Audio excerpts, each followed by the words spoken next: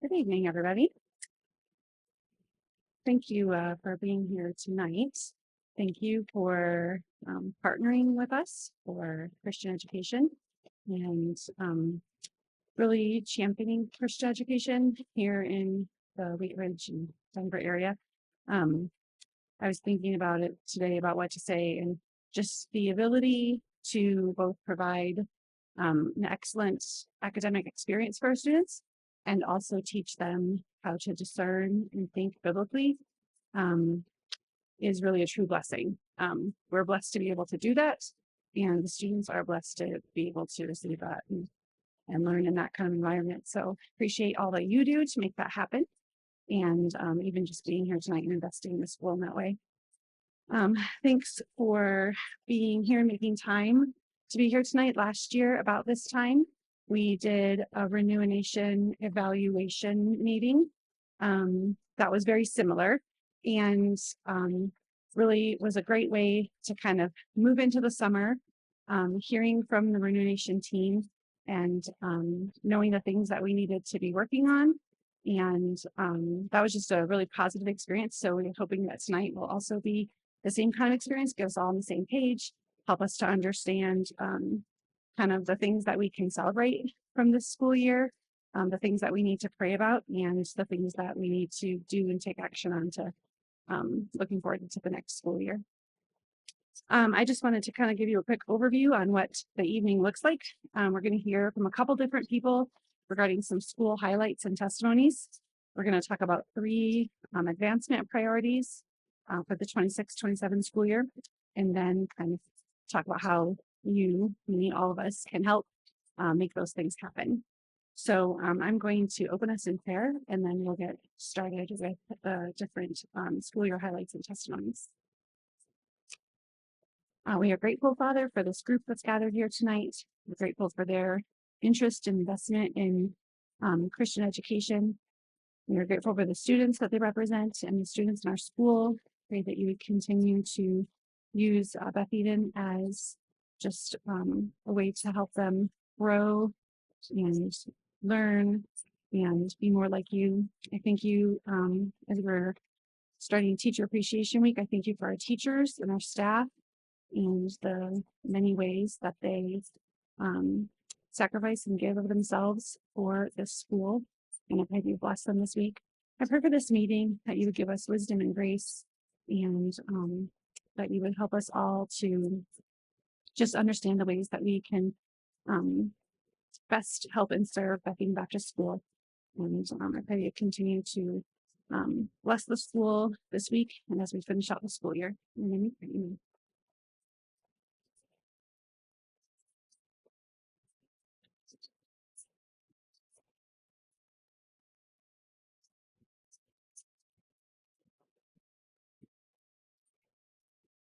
We all sat so far back, you and I have to endure the long, quiet walk as we all walk up here. So I'm Mr. Bond, or Josh Bond, as parents can call me. I introduce myself now even as Mr. Bond, which always feels very strange. I'm the high school world history teacher, middle school world studies teacher, middle school boys Bible teacher. I do a digital Lego club. I did the mechanics club. I do conditioning club. I'm an alumni. And I am also a parent of students who attend here. And that's the allotment of time they've given me to speak up here. So it was nice talking to you all. No, it's a list. It's a list, and you might wonder, as you might rightly assume, I love Beth Eden. It's been a big part of my life for a long, long time. I attended kindergarten through 12th grade here.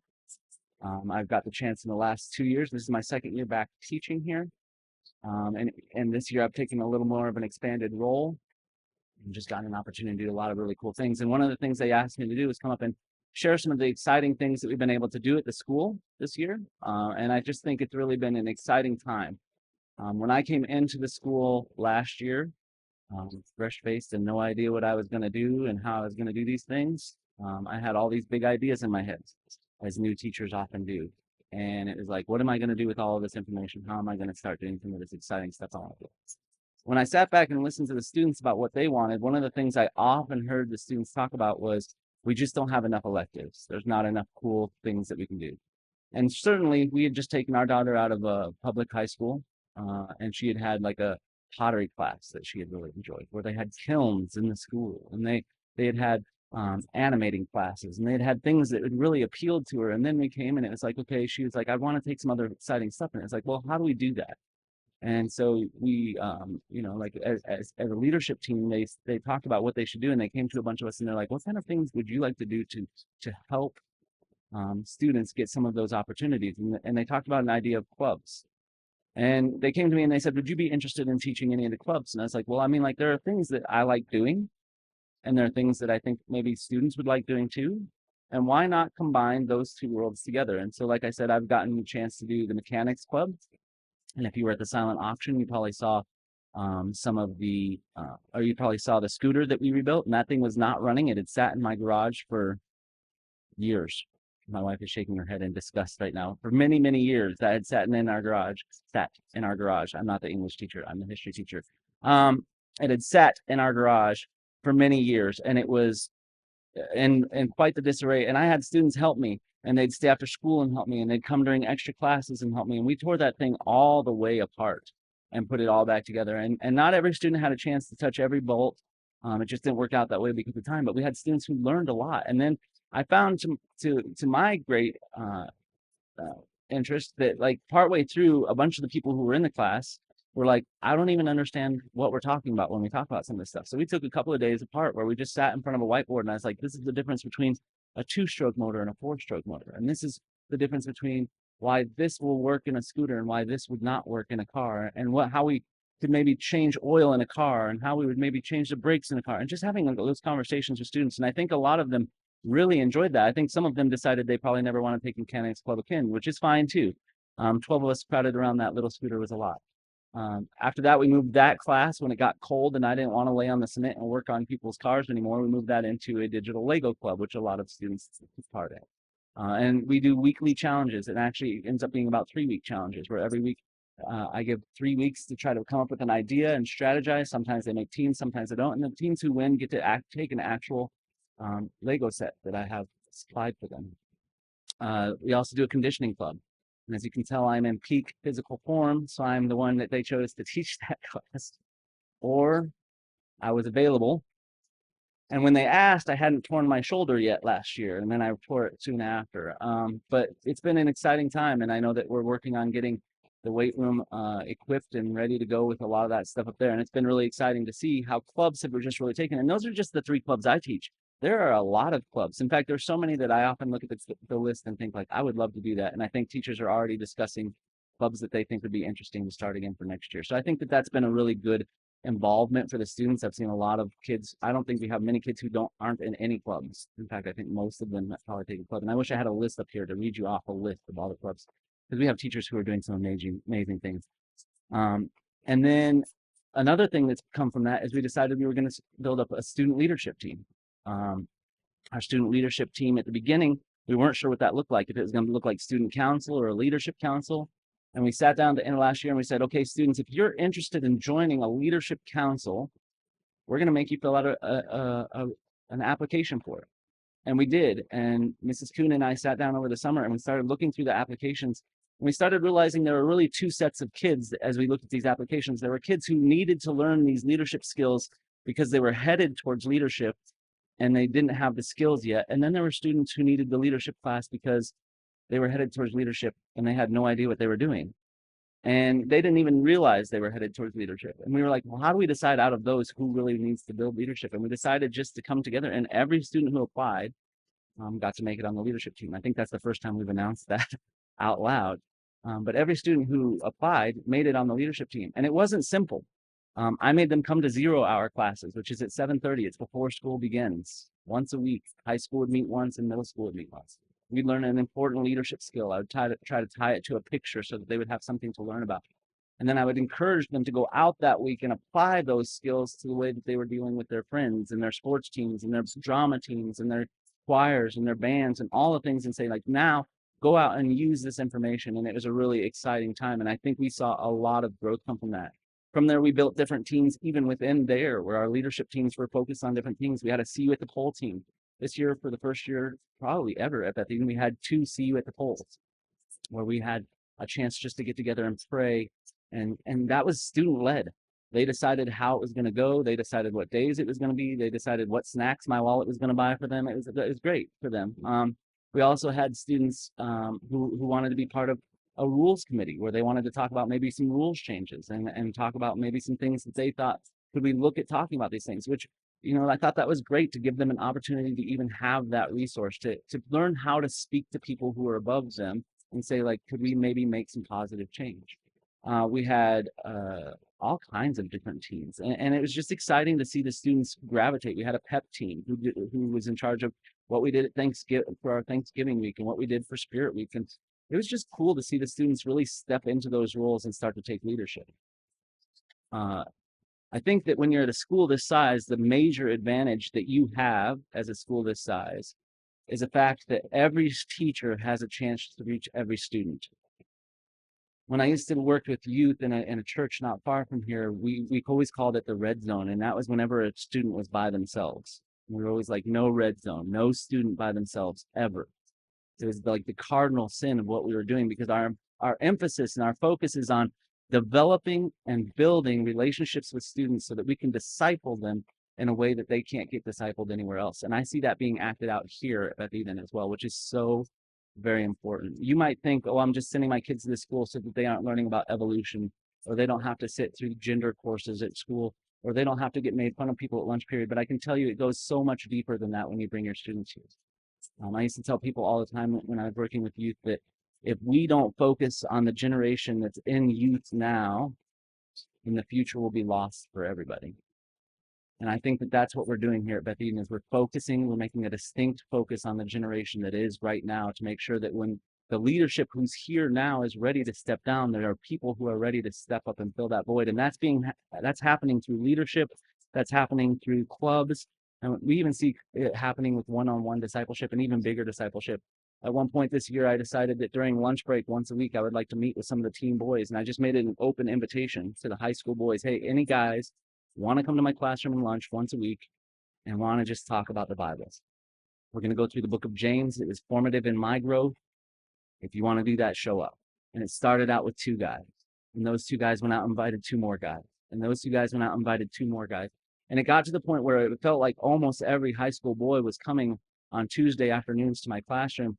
And we realized that middle school boys weren't invited. And so I went to the high school boys and I said, do we want to invite the middle school boys? And they said, no. And I said, I'm going to ask you again, and I want you to think about it as leaders and as men of God. Should we invite middle school boys so that they can be getting the same thing? And they were like, yes, we should. And I watched those high school boys shepherd those middle school boys and say, like, hey, you can be here. And they said this to them. They said this to them, not me. You can be here, but if you're going to be here, we want this to mean something. So don't be here to mess around. Don't be here to play.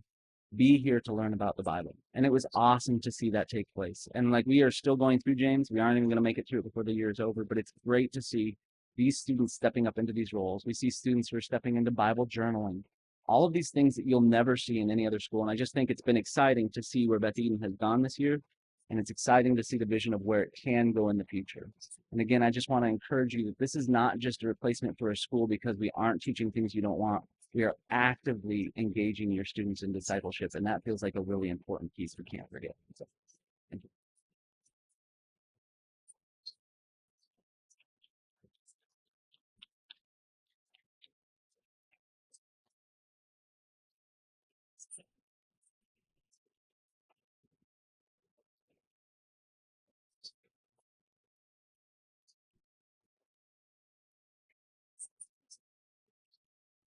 Howdy. My name is Michael. I have a daughter here, Maddie, who's in 2nd grade, and we've been at Beth Eden since she was in Castle Kids.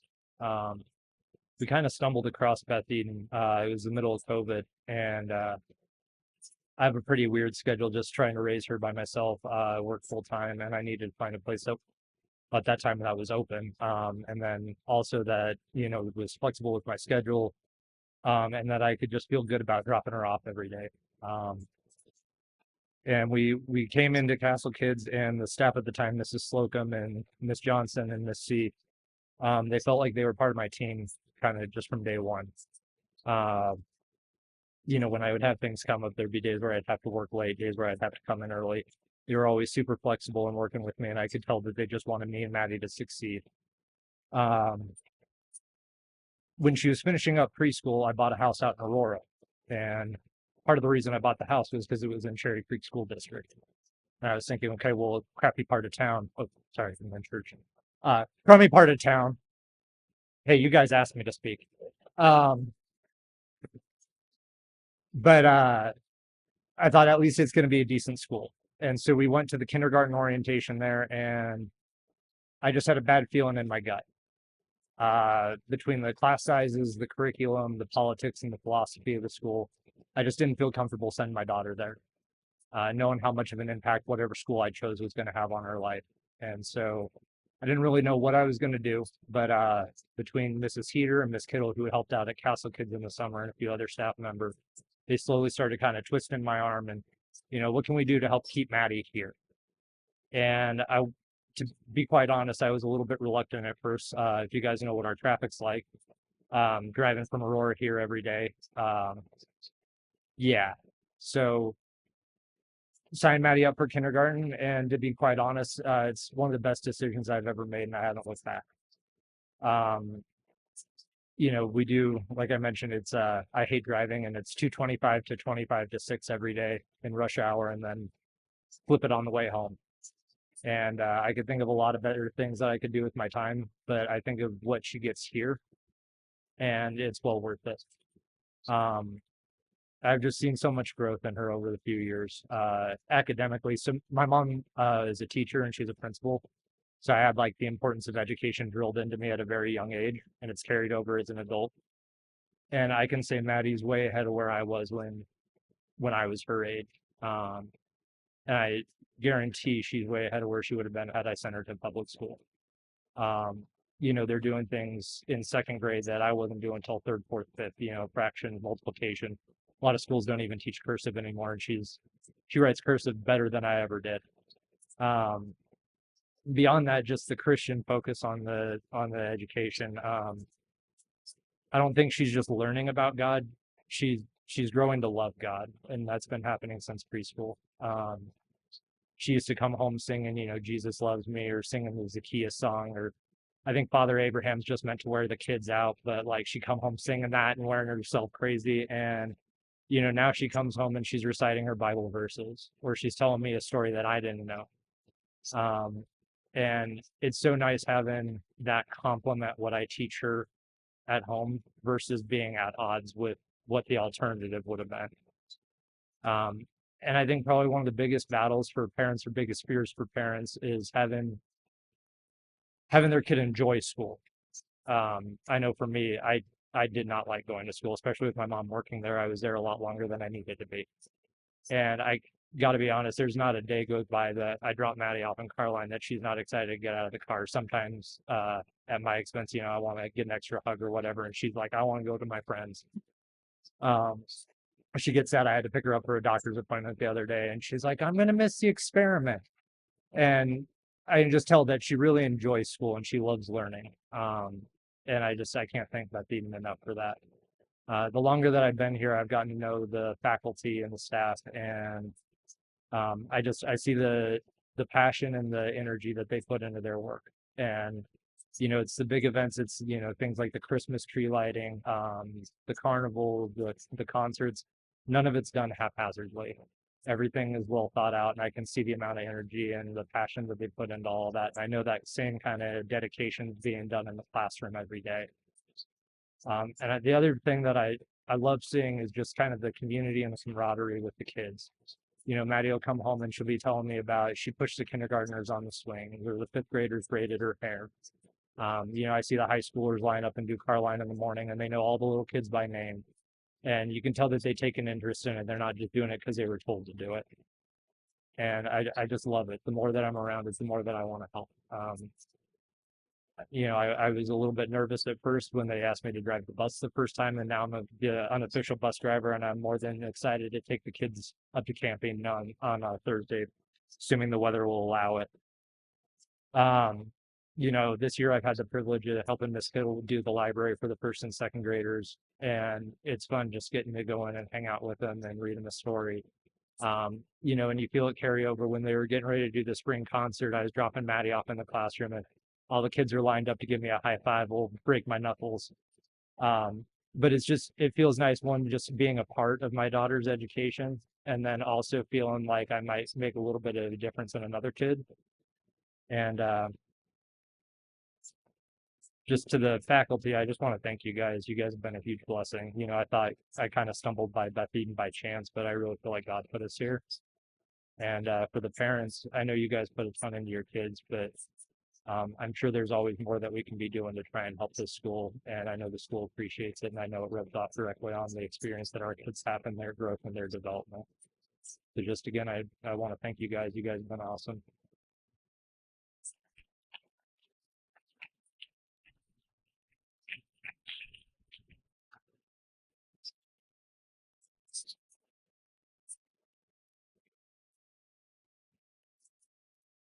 Good evening. My name is Sharon Peck, and I'm the bookkeeper here. But they didn't ask me to share anything about bookkeeping tonight. I don't know that I understand that, but the opportunity that I've had this year couldn't be further removed from a bookkeeper's normal role. Late last fall, several of our international students sort of voiced that they were struggling with their Bible classes and not really understanding them, not really enjoying them because they didn't understand them. And so the leadership was sort of brainstorming, what can we do to make this better, find a better fit for them, and tossed around some ideas. Could we do more of a Bible study format instead of a Bible class format? A little bit more, discussion oriented instead of lecture oriented. How can we make this more accessible to them? And thinking that not only are they working in English as a second language, they were really working in Bible as a third language because they had so little background in it. So in a moment of temporary insanity, I rashly said, is there something I can do to help with this? So don't ever ask that question unless you actually want to do this and not just help with this. So that's how this introduction to Bible study was born with the international students. There are 5 that I've been working with this year. And I knew going into it that I really needed to start with the basics. But on the second day of class, I gave them an opportunity to ask whatever questions they wanted to ask, whether from something we had talked about the day before or something they'd heard elsewhere. And the question that I got from one of the students was, well, in my other Bible class, they talked about God and they talked about the Lord. Are those the same person? And I thought, oh, I need to rethink what going back to the basics means because what I thought was basic wasn't yet basic. So in the first semester, we had just about a quarter of the year. So about half the semester was left when we started this. And I used the Exchange Bible Study. I don't know if anybody is familiar with that, but I used that for the first semester that we met together. And that study really focuses on 4 different attributes of God to help to explain why salvation is needed and what God did to make it available to us. So it talks about that God is holy and God is just and God is loving and God is gracious. And as we were going through kind of dwelling on God is holy, what does this mean? What are the implications to us that God is holy and he cannot tolerate sin? And then we look at us and we are sinful. And so what does that mean? And in one of the aha moments, one of the girls in the class said, wait a minute. If nobody can go to heaven unless they're perfect, if only perfect people can go to heaven, then that means nobody goes. And I said, yes, that is exactly what that means. So I let them sit with that knowledge for a minute, and I thought, but we can't wait until 2 weeks from now when we start going over God is loving. I think I need to finish this story and say, yes, it is true, because we are not holy. None of us can go to heaven on our own merits, but Jesus made that possible, which kind of led to a later aha moment for them as we talk. The Exchange Bible Study takes its name from the great exchange that Jesus did for us, that he took our sin on himself and he gave us his righteousness instead when we trust in him and receive it as a gift. And so I explained that part. It was right towards the very end of that first semester and said, what do you think of this? And again, one of the students said, it's not fair. And I said, what do you mean by that? She said, well, Jesus got all the bad stuff and we got all the good stuff, which is true. We got Jesus' righteousness and he took all of our bad stuff. So it's been really great to be in on those kinds of aha moments. In the second semester, then, we have studied through the Gospel of Mark, and with the goal of making sure that the students know who Jesus is, not just what he did, but who he is and what he's like. And especially in these last few weeks, as we get to the end of the Gospel of Mark, of course, we're going through all the events surrounding Jesus' arrest and his trial, his crucifixion and resurrection. And it's their up and down days. There are some days when it seems like they really weren't that interested to be there. And then there are other days when one of them walks in and says, I'm really nervous about today. There's no test today. There's no memory verse to give today. Why are you nervous about today? This is the day that Judas is going to betray Jesus. I was like, wow, he's really tracking, like kind of personalizing this narrative for himself.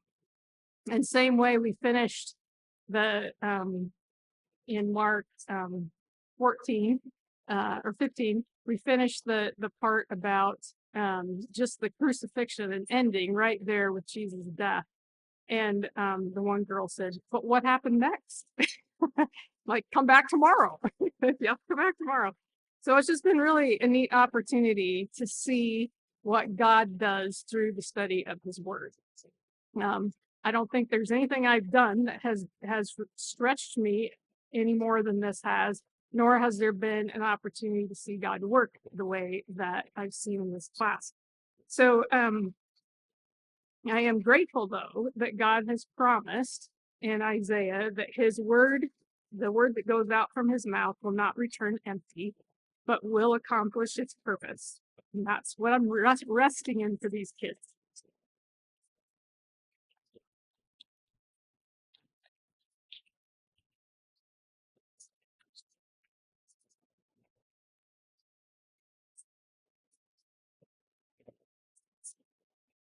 Hello, I am Jenny Bond, Josh's sister, for those that don't know. That confuses people sometimes. But we are brother and sister. I am also an alumna and a teacher.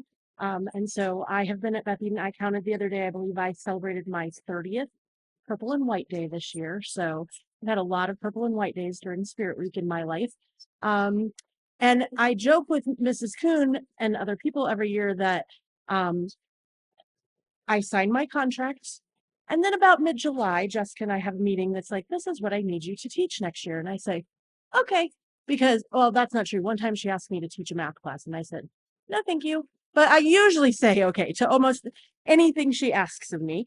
And so end of last school year, she said, so I have an idea. And I was like, okay. And she said, Mr. Pilchard needs to start having some things taken off of his plate. And yearbook is one of those things. What if you were in charge of yearbook next year? And I was like, that sounds like a lot of work. And also, Mr. Pilchard has done the yearbook for a very long time. Those are very big shoes to fill. And also, yearbook is at 7:30 in the morning, and I don't like mornings. But I said, okay. And so Mr. Pilchard and I started meeting, and it actually was a very natural transition, as natural as those things can be. Mr. Pilchard did 33 yearbooks here at Beth Eden Baptist School. He was my yearbook advisor in high school. Pastor Ryan and Mr. Bond and Pastor Randy were all on his yearbook staff back in our days as students. I counted it up last week.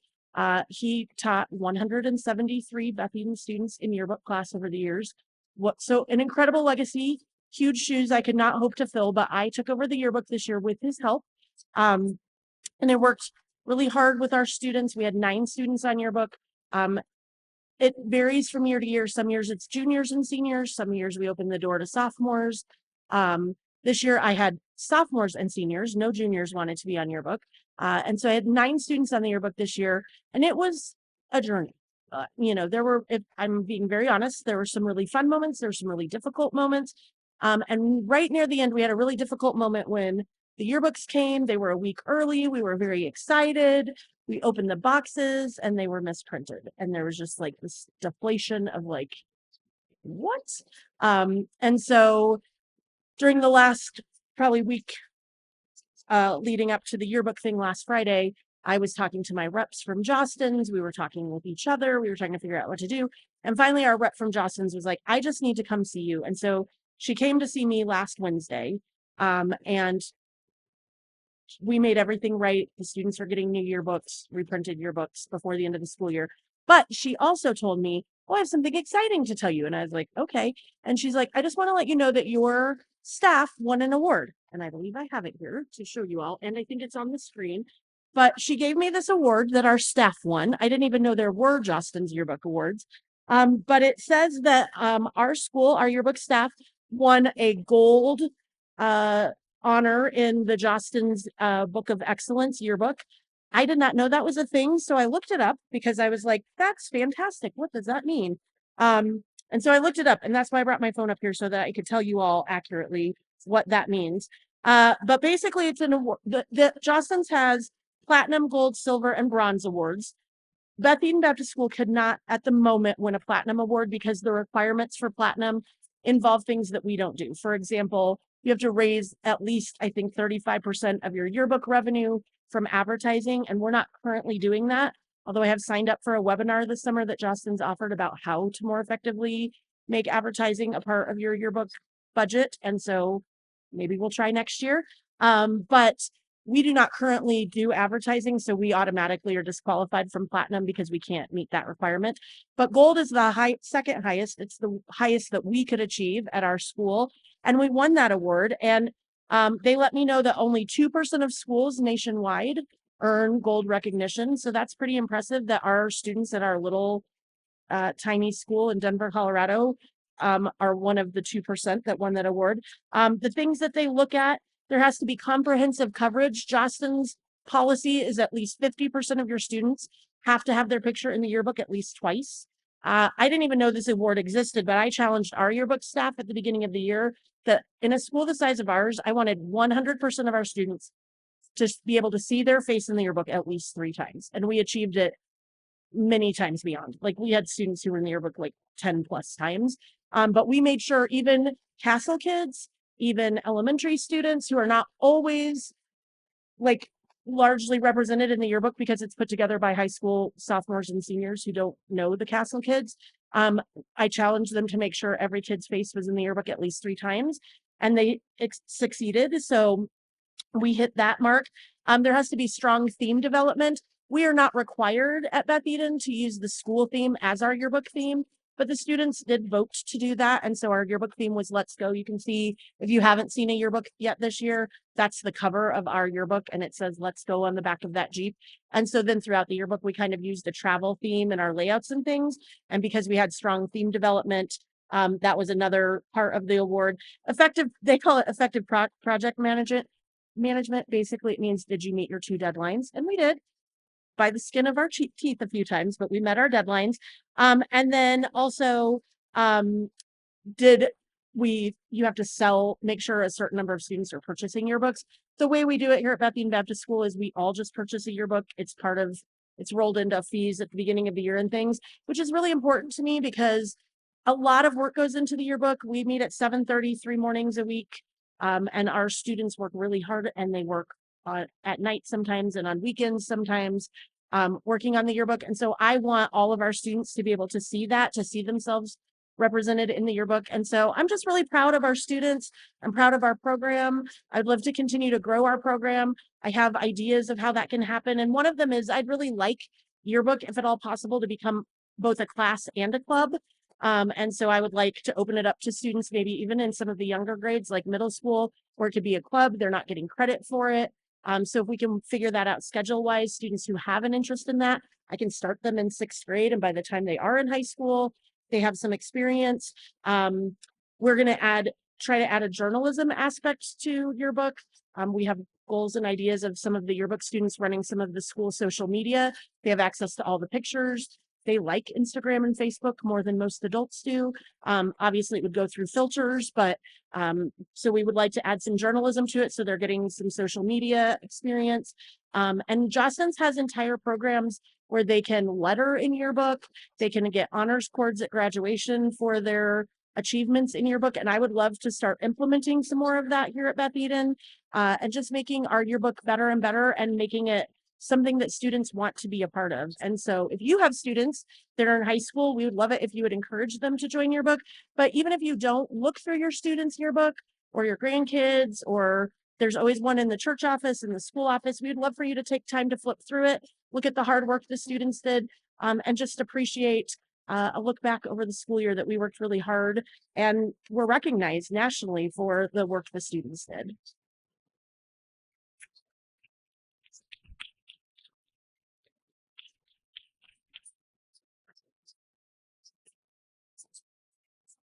Well, hopefully the part that I'm about to talk about doesn't feel boring for all of those really wonderful testimonies. I'm actually just going to visit with you a little bit about the 2 evaluative processes that we've been through most recently, really in the last 2 years. We went through the Christian school evaluation process with Renew a Nation, and we're still actually going through that. In that, I still meet monthly with our coach, our evaluation coach. His name is Joe. He's a Christian school administrator in Missouri. And we talk through in each of our sessions the different points of assessment that we've already tackled and how those are going. And then we look at new points from that evaluation that you all had a chance to see last year at this time, things we haven't tackled yet, and work through timelines and how we're going to make those things happen and what that's going to look like. And he says we're very close to, the whole process is like a 3-year process. We're pretty close to the next phase of the process, which is called strategic planning. I will say I don't know that much about it yet, but that's what he's for, because he helps walk us through that. And he's the Renew Nation team is quite pleased with our progress on the list of assessments so far. And then shortly after that, we started the process of accreditation with Cognia, which is an evaluative agency that is, they're actually global, and they come in and do a full-scale evaluation of all of our systems, our school, our people, everything, just like Renew Nation did, but they are not a Christian company. It was really interesting as we met with the Cognia team, their particular insights into what they saw here. So I'll just mention we passed our accreditation review, and we will have it's a 5-year process, so they'll be back in 5 years, but they actually work with us just like Renew Nation does. They have training for the different, what they call AFIs, which are areas for improvement that a school is given. And they don't just tell you, here's what you need to fix and leave it with you. They have people, they have resources that help you make improvements where you need to. They had 4 areas of improvement for us that had to do with curriculum review and just kind of better utilizing the data that we collect, and a couple other minor things, and they're going to work with us on improving those areas. But I wanted to mention specifically 3 of the major praises that they gave the school. 2 of them specifically because I thought it was interesting, again, them seeing us from a secular point of view. We made an impression on them with our continual improvement. We are one of the smaller schools that they visit. So I don't think they expected to see as much improvement on the things that they had given us to improve on since they came in 2021. So they made a point of mentioning that. They made a point of mentioning that when in all their interviews that they did with parents, students, teachers, church members, that everyone mentioned that they are supportive and positive relationships all through the school structure. So that means student to teacher, teacher to parent, between coworkers here. They talked about the unity that they see in the school, and that's a really special thing. And we were able to kind of point out the fact that, well, that's because we are unified in Christ, and so we have a special unity with each other. And then the thing that I was most pleased with was they were really impressed with the overall culture of the school. They pointed out a couple of specific testimonies. They didn't say who, but a parent who said that developing character and how to be a Christian in real life is a big part of the school culture, which was wonderful to hear. There was a student that told them that they described the culture, the students of this, as dedicated to being authentically Christian, which is great. Like if students are recognizing that, and they're be able to articulate that to someone else, and especially if that's what they're actually striving for themselves, that's what we wanted to see. And then they said that the students said that they feel known, valued, and supported, which is a big part of what we want to see in our school. And so the cognitive process was long and a lot of work, but I think we gleaned a lot from it, and we'll continue to use it to improve Bethany Baptist School in the coming years. So I'm going to hand things over to Pastor Jason.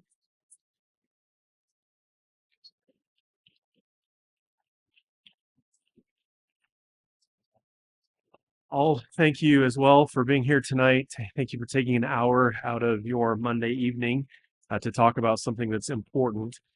We said that there would be 3 parts to tonight, and we just finished part 1, and it's 7:45. So I'll have to talk fast. My responsibility is to talk about the nuts and bolts of viability. How do we keep a school like this going, and how do we see it grow and build moving forward? And so you may be familiar with the management analogy of using big rocks. So if you have a jar, put big rocks in first, then gravel, and then fill with sand. And that's the best way to fit most into a jar. And the idea is that if an organization addresses the big issues first, then you can kind of fill in around that. And we used that analogy back in the fall as an admin team, and also with our church leadership. What are the priorities that we need to focus on to see the school remain viable and hopefully grow strong moving forward? We identified 3 categories. So whole program improvement, unrestricted scholarship funds, and then everybody serving as the growth team. And I want to talk about each of those very quickly. I want to circle back to something we talked about last year at this time. Our Renew Nation meeting was one day later, May 5th of 2025. And at that meeting, we talked about the prospect of fencing our breezeway. And as it turns out, our deacons and pastors working with our church family concluded that we needed to kind of reorder some of our priorities. And so we picked that up a few months ago with our church family. I should just be very clear. I think we would move forward with doing this, even if we didn't have a preschool or school, because of how the church ministry uses our outdoor hallway. But we also recognize this is a great advantage for our school as well. And so just yesterday, our church family voted to go ahead and advance this breezeway fencing project.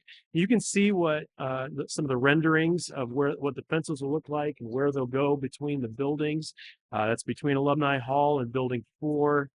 So the fences will look like between the Field House and the Bradford Chapel. Fencing and gates between Building 1 and the Bradford Chapel. And then this here on the breezeway. Of course, all of the fences, all of the gates will have panic hardware. So anybody who's on the inside can get out.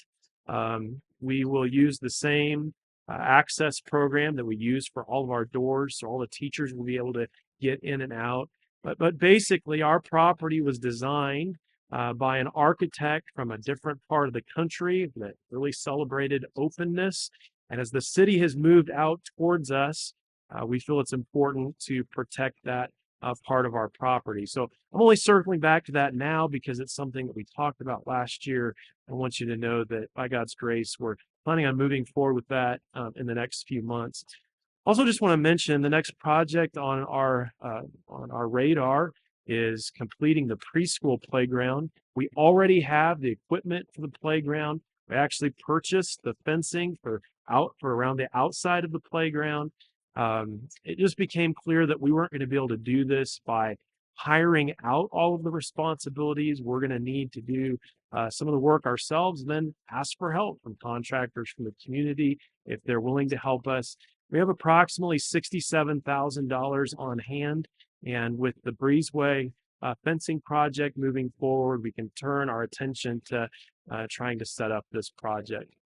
But some of the other whole program improvements that we're burdened for, as Mrs. Kuhn mentioned, through the Renew a Nation assessment and also the Cognia reaccreditation process, they said that we believe that you're providing a solid education, but we believe all areas of assessment, so curriculum assessment, faculty assessment, leadership assessment, assessment of students, standardized assessment, all those things we could do a little bit better.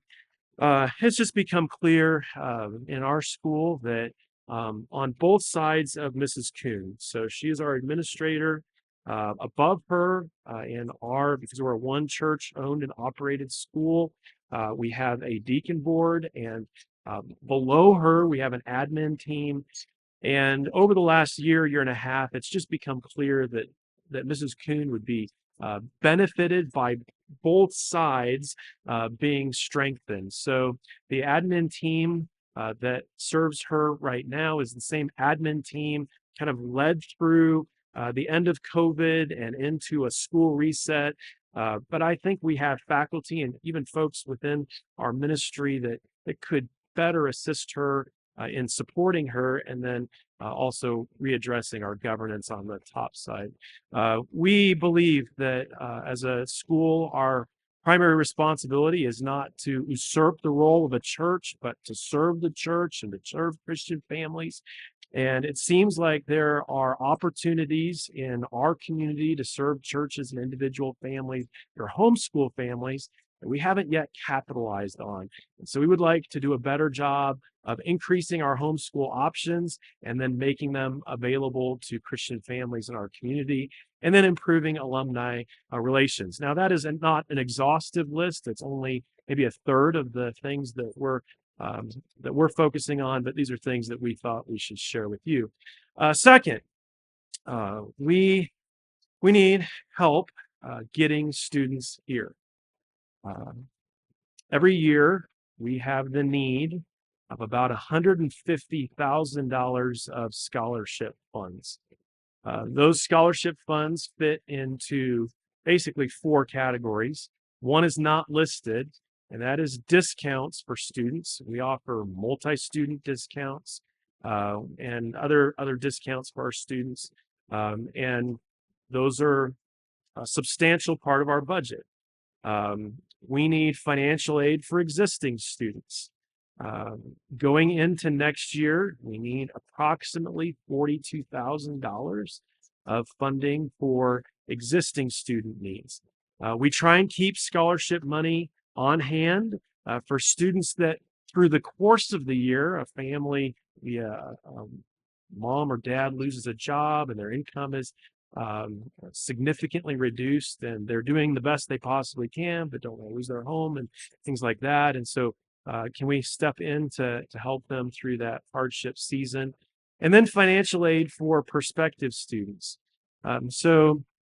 About 6 months ago, one of our staff members did an evaluation of all of the churches with similar values within a 20-minute driving distance of Beth Eden Baptist School. We came up with 75 churches.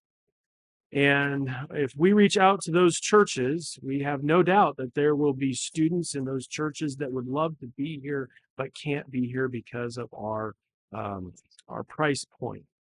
We would love to be in a position to say, in fact, we do every student that tours our school, we let them know that there are scholarship funds available when they're available. And we have always had scholarship funds available. But we would like to be more aggressive in pursuing students in our community that would be good fit students for us, but may have financial needs, and if we could help them. We are looking for unrestricted scholarship funds. What we mean by that is, as we do our best to pair up students of need with scholarships that are available, in the event that we aren't able to find enough students that are right fit students for our school that are in a position of financial need, that we could use scholarship funds if necessary to meet general fund needs going into every school year. Here's what that means.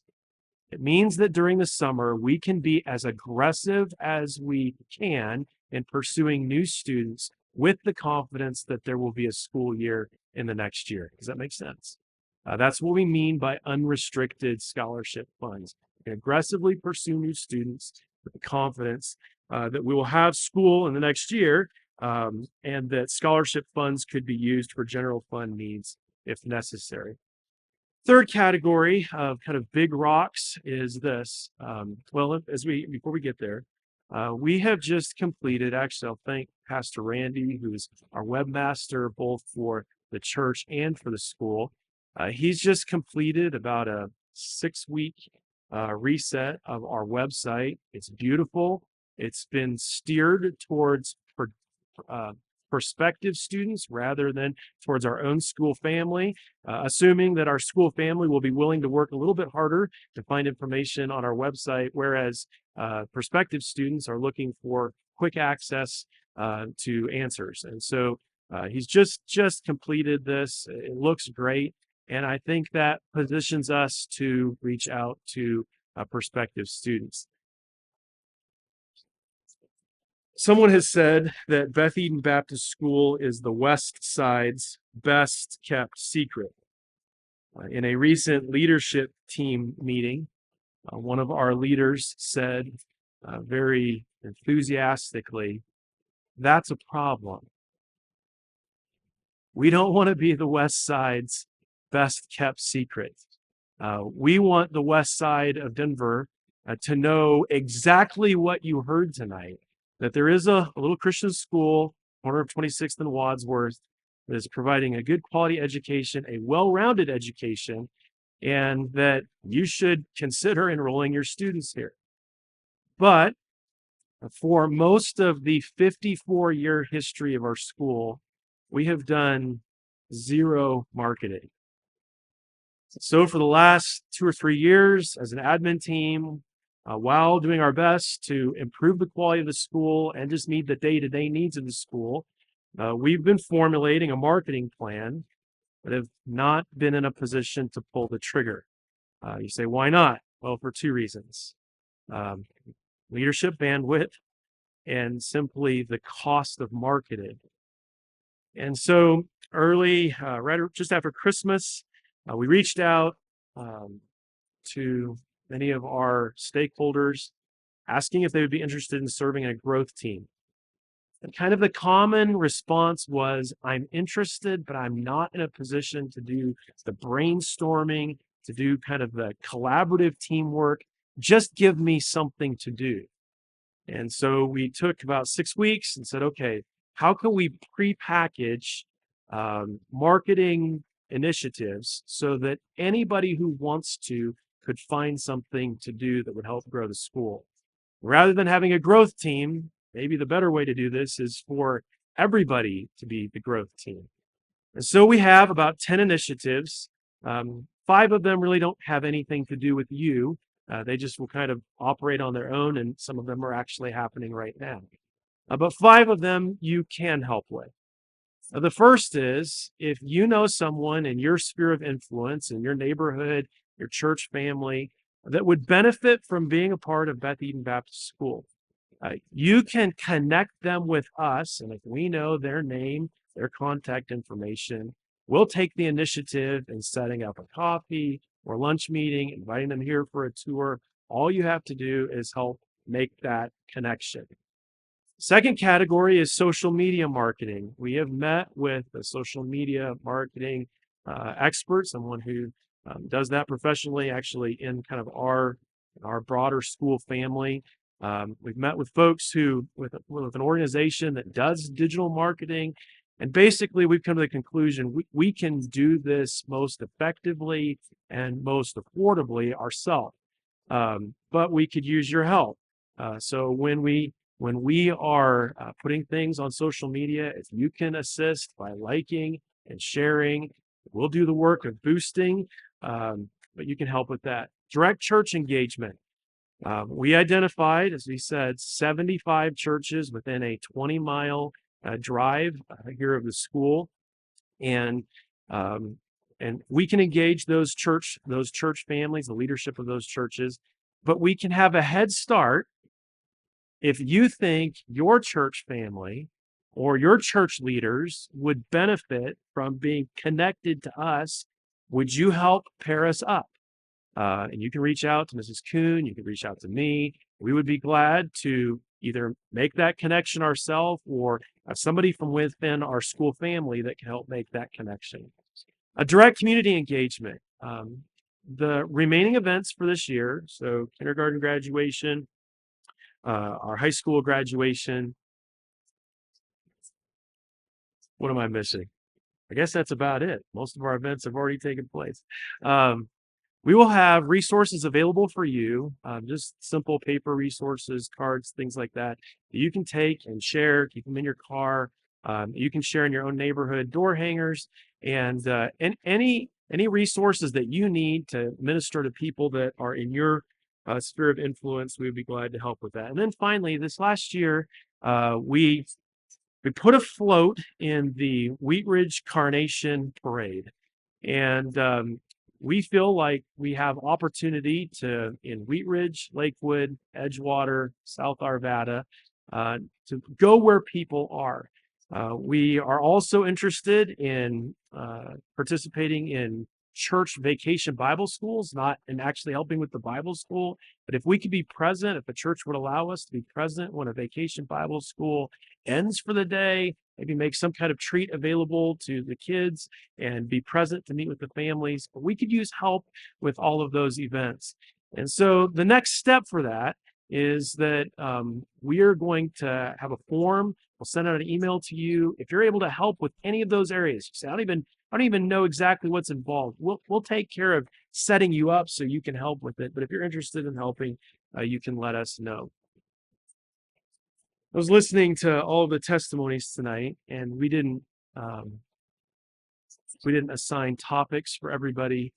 We simply asked people who are already engaged in our school, what things do you see in our school that you feel are worth talking about? And they've been so kind to share things tonight. I think schools like Beth Eden are worth fighting for. If you know the recent history, last 15 years along the Front Range, our family of schools, American Association of Christian Schools family of schools, we're the last ones standing. That is simply by God's grace and a commitment by a church family, school family, students, faculty, trying to be scrappy because we believe in what God has entrusted to us here. Three things we still are. We still are, by God's grace, or at least striving to be, an authentically Christian school. What we mean by that is we have real Christian teachers. We hear their testimonies. We know their engagement in their local churches. We know that they're going to endeavor to evangelize and disciple students. So an authentically Christian faculty, an authentically Christian curriculum. Our curriculum, there aren't gaps in our curriculum. All of our teachers endeavor to teach every part of our curriculum through the lens of a Christian worldview. And we strive to maintain an authentically Christian culture, which means that we do have rules. We do strive to enforce those rules, but through the entire process of discipline and formation, we're engaged with the students. We care about their heart, not just conformity. Second, we are refreshingly traditional. And what I mean by that, in fact, I was speaking to a few of you before we started tonight.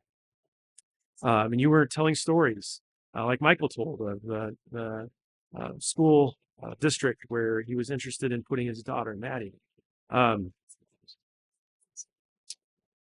We still provide individual student assessments. We care that every student knows where they stand in relation to an objective standard. We still have real people in the classroom. Our teachers make a difference. And so we haven't abandoned the things that schools are abandoning for the purpose of maybe becoming a little bit more efficient or being more inclusive. We're traditional, but we're refreshingly traditional. We've said in our admin team that we hope that if our parents who are in their mid to late 30s walk into a classroom, it feels familiar. The kinds of things that they had in their classroom, but in a refreshing way. And then finally, we are surprisingly affordable. Every year we run comparisons with other, not only Christian schools, but faith-based and private schools in our area. And while we've had to make some adjustments to kind of move towards an industry standard, we are still very competitive and surprisingly affordable, which means that I think we're accessible for most families. So for all of those reasons, we're still pushing forward. I'd like to see the school grow, and we could use your help.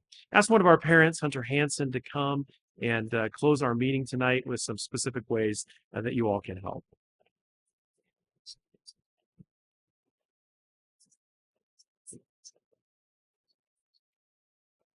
Apparently I don't get an intro slide, which is fine because it's not about me. It's about you. You can help. We need your help. And there's some specific ways to where we've heard all these great testimonies, stories, heartwarming things. We can nod and say, hey, that's great. But now what? What does that mean for you? What does that mean for me? The number one way you can help, it's not a last resort. It's our first option, and that is to pray. I recall, as those of you who've read Mark's gospel, Jesus comes down from being transfigured and finds his disciples struggling to cast out a demon. And what does Jesus come and say?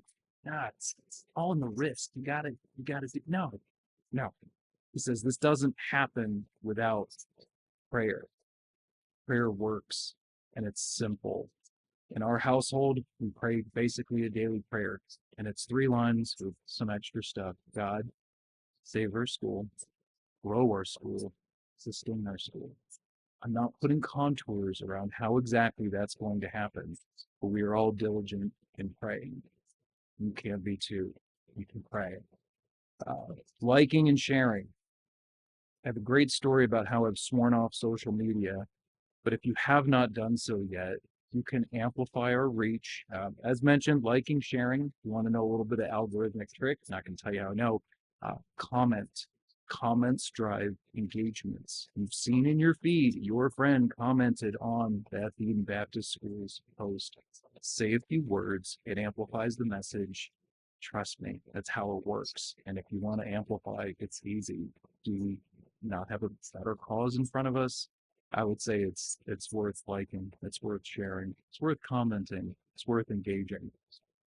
You can also help with one of our many growth initiatives. There's a whole slew of things where it's pitching in labor, giving your time, finding whatever connections you have. For some of us, it's difficult. I'll say for me, I work remote. I talk to my coworkers in Tulsa and Raleigh about, hey, we're doing this for school. Hey, we got a really great thing going. It doesn't apply to them, but you build a rhythm of what you love and you talk about what you enjoy and what drives you. For those of you who do not have those remote, mythical office jobs and work with people in your communities, you can very easily engage. It doesn't have to be much. I've seen some of you would be, we love Beth Eden Baptist School, whatever sign we have hanging out in front. I always look at the back of it because I'm not facing the other side of my house. But talking with the guy redoing my neighbor's place. Yeah, we go to that school over there. My wife's a teacher. It's really great. It doesn't take much. So finding ways to bring that about in conversation, connect. I love how Sharon put it. Just volunteer. Throw me in, coach. How can I help? Jump in and let the Lord carry you the rest of the way. And then the last bit about donation. You all chose to be here, so clearly you are already invested. You can be Beth Eden boosters. It sounds cool when you do it in the college context. You can also be cool and do that in the Beth Eden Baptist School context. I'm a booster in like the ethical above board sense. More so marketing, I know we talk about that just in general conversation, how you engage, how you like and share, really where you best represent what you enjoy and why you sent your kids here, why you've chosen to invest in Christian education. It doesn't have to be a complex marketing strategy, just pitching into where when it comes about, pray for the opportunity and share it. And then I know we talk about the unrestricted scholarships, the no strings attached bit. I'd be lying to say that, hey, times are tough. I don't like getting gas anymore. I never liked it before, but I like it less. I don't like grocery shopping and paying $10 for ground beef. It's supposed to be free. So I do hang out free, cheaper, but I do get it. It's harder and it's going to be more difficult to find ways to double down on the things we care about. And you all are here because you care about this school, you care about our mission, you care about Christian education. And then a personal appeal, just to remind you, we are a giving student body in a giving church. It's worthwhile, but it's not easy. And I understand. I know a lot of you are already paying when you could send your kid to public school for free. You are choosing to pay a premium for this. You are devoting a lot of your time to contribute. Everybody here is involved in a club. I'm involved in chess club. I facilitate it, which just means I get absolutely clobbered by the seniors. I take time out of a very high pressure, busy work day and tell my bosses, see ya, I have to facilitate a chess club at my Christian school because that's important to me. I'll find a way to get the work done. I still do. But God has blessed, even in that opportunity, all those chess beatings, the relationships that I've been able to build, not just with some of the students, all the students, but seeing them grow with each other. Your giving is going to look different in different degrees for each of you. And I would start with that primary point. Pray for God to show you where you can jump in. If you feel the Holy Spirit tapping your shoulder, shoot up your hand, jump in with 2 feet, practice what you preach, and really put your faith to work for something that is truly worth it. I'm the last speaker tonight. I'm going to close this in prayer. God, truly we know that this school is in your hands. I know that a lot of us can stress about a lot of the particulars. We can pray for very specific, contoured requests to look and see your answers as coming in the form of just a bunch of different students or things just miraculously moving in a certain way. I just pray that we will open up the bounds of our imagination and not box you, but to pray that you do with this school as you will, that we have doubled down on distinctives, on Christian initiatives and fundamentals that we deem critical, eternal investments. So I do pray that you will, 1, compel us to pray more, 2, compel us to share more as part of how we evangelize and share our faith, to give, to put you to the test, that if you do love the cheerful givers, if you do truly bless those who give more than receive, you're either tricking us in your word or you are truly 100% correct about what you sought to preserve for us in your revelation. I pray we live it out. I thank you for everybody here who has made the deliberate choice to support the school. For those who couldn't have made it, I pray that you will spur them to continue supporting. I pray for future students who you're preparing even now. I pray we'll be ready to minister, to evangelize, to teach, and to train. Amen.